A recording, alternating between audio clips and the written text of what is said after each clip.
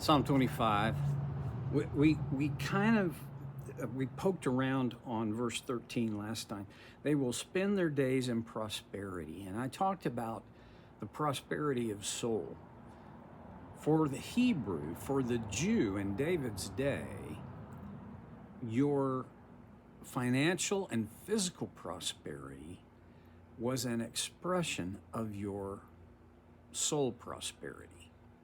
I suppose that's basically true today. However, I think we're going to all agree that we know of, if we don't know personally, people who their financial prosperity is apparently not connected to the prosperity of their soul. They seem quite unconnected from God's design, and yet they're rich. All I know is that's how it works. Sometimes it's just that way. Here's the other part of what I think I know is I don't want to focus on my material prosperity. I want it to be the outcome, one of the outcomes of my soul's prosperity. David says they spend their days in prosperity, which is for anybody, for a Hebrew especially in David's day, that was kind of like saying, man, they're well off, and they don't have the same basic concerns for survival that a lot of people have. This is kind of where I want to be, but am not yet. I think most everybody, I don't know anybody who's going, oh, heck no, man, I want my whole life to wonder if I'm going to make it from paycheck to paycheck. No. I know that there are people who, through their diligence and wise decisions, have laid back income, money, so that they didn't have to live paycheck to paycheck. I never thought that would be me, especially in our early years of marriage and ministry. It was nip and tuck. Okay, go on, Steve. You don't need to whine about your life. These people, God will instruct them in the ways they should choose. And I think as a result of choosing His ways, they will spend their days in prosperity. It might be financial, it might be material. And we got to admit, this is all on a scale, isn't it? Like David wrote in another psalm, I've never seen the righteous forsaken or their children begging for bread. In other words, they're well taken care of. To me, that's the kind of prosperity that I'm looking for, is the kind of prosperity where God is meeting my needs, and I know I can trust Him to do this. And their descendants will inherit the land. Now, for a Jew, the property that you have was really, really important, probably more important even than property is today. The law called for the property that had been sold to be, in the year of Jubilee, it was to be returned to its original owner. And that goes all the way back to when Israel inherited the Promised Land, when they entered the Promised Land, and it was divided up among the 12 tribes, 2 of them on the east side of the Jordan and the other 10 on the west side. When you got that property, you cherished it. It was passed from father to child, and when they became a father, to their children. Probably the only similar kind of thing I could think of in my world, the world I live in, would be how farms are. It was more this way 50 years ago. Right now, farming is becoming fairly commercialized, and yet, where my oldest daughter and her family live, there's still a lot of family farms, and those farms are not treated lightly by the owners. They're cherished so that they can be passed on from father to child. I know that there are some businesses that this is true of, that the father and mother diligently work to build a business and then they pass it on to their children. Well, David says, these people who choose according to God's design, God's way, they will spend their days in prosperity, and it won't just stop there. Their descendants will inherit the land. Now, I know this may be a stretch, but I want you to think about the aspect of, I think this is true for everybody. Our kids, my kids are not going to inherit anything like a fortune when I finally slip on my last banana peel. There'll be something, but not much, financially.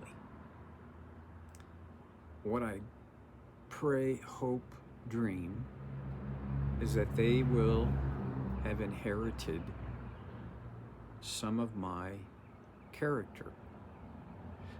We got to spend a few days up with our middle daughter, Katie, and her family last week. And I watched Katie and realized, man, I married so far over my head because Katie was making choices and doing things that I know she observed her mom do, the ways her mom did things. Katie has inherited, our two daughters with kids, they both inherited from mom really good, effective, wise, intelligent parenting skills. Sometimes I don't know, I feel like, and I know this is not true, but there are times I feel like, oh, brother, I kind of got the short end of the stick with inheriting stuff from me, my weaknesses, my failures, my shortcomings, all of that. But they've inherited some of the good stuff. We never sat our kids down and said, now, when you are an adult, you've got to live like your mother and I. You need to imitate us. Never did. But in many different ways, they do. I talked about this before. James Dobson, years ago, said values are more caught than taught. Verse 14, the Lord confides in those who fear him. Think about that. We've got to think about two issues here. What is it to confide? It means you share, not necessarily a secret, but you share information that is not for general consumption.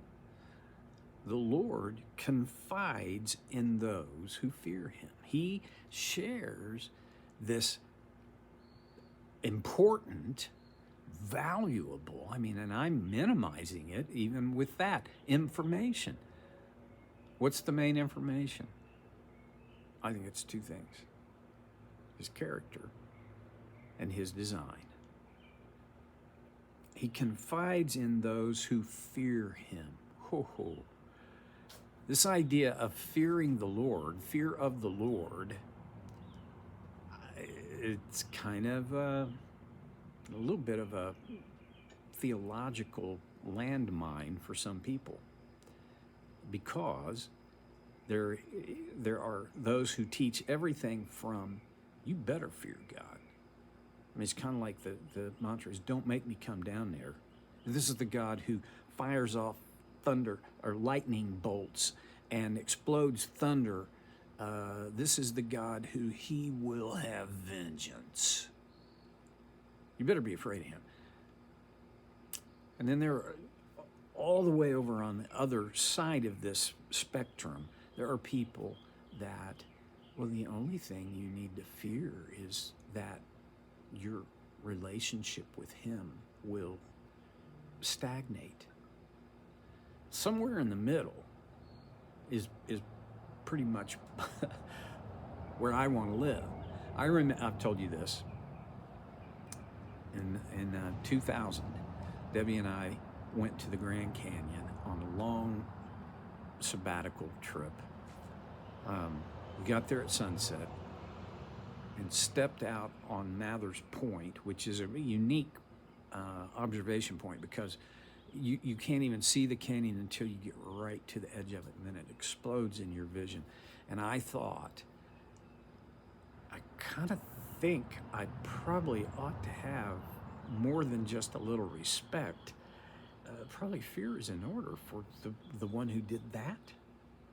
And oh, by the way, it's my strong conviction that God did that. It wasn't the Colorado River over billions of years. But I'm not going to get into my theories of the formation of the geology around us. He is that powerful. You'd be silly not to account for that in how you think of him and how you relate to him. But if it's only on the basis of, oh man, I don't want to step out of line because he's going to smack me. Oh. For me, it comes down to this. I do have a fear of the Lord. Anybody who is that powerful, I got to factor that in, right? And I know this about him. His love and his mercy and his grace those are the things that's what he treats me with. Yes, fear of the Lord is respect, but it's not just I really respect God. It's stronger than that. I don't have this nailed it approach to fear of God. It's a little bit fluid in my life. When does a kid need, now, not all parents are the same, but if your parent is an authoritative parent, not an authoritarian, not a neglectful, not a permissive, but if they're authoritarian, in other words, they carry authority and they use it appropriately, if that's the kind of parent you have and you willfully do something that breaks the rules, you should be a little bit afraid. But and I'm talking about the ideal parent here, me breaking that rule should make me a little bit afraid of the punishment that I'll get, but I don't have to be afraid that the relationship will be broken. They're going to cast me out and turn me out. And that, I think, is where I want to settle on fear of the Lord. The Lord confides in those who fear him. He makes his covenant known to them. And this is what he confides, his covenant, his plan, his design, his desire for us. I don't know what you're going to do with that, but my time's up. So I'm going to close. I'll see you next time on Soul Care with Stevie Boy.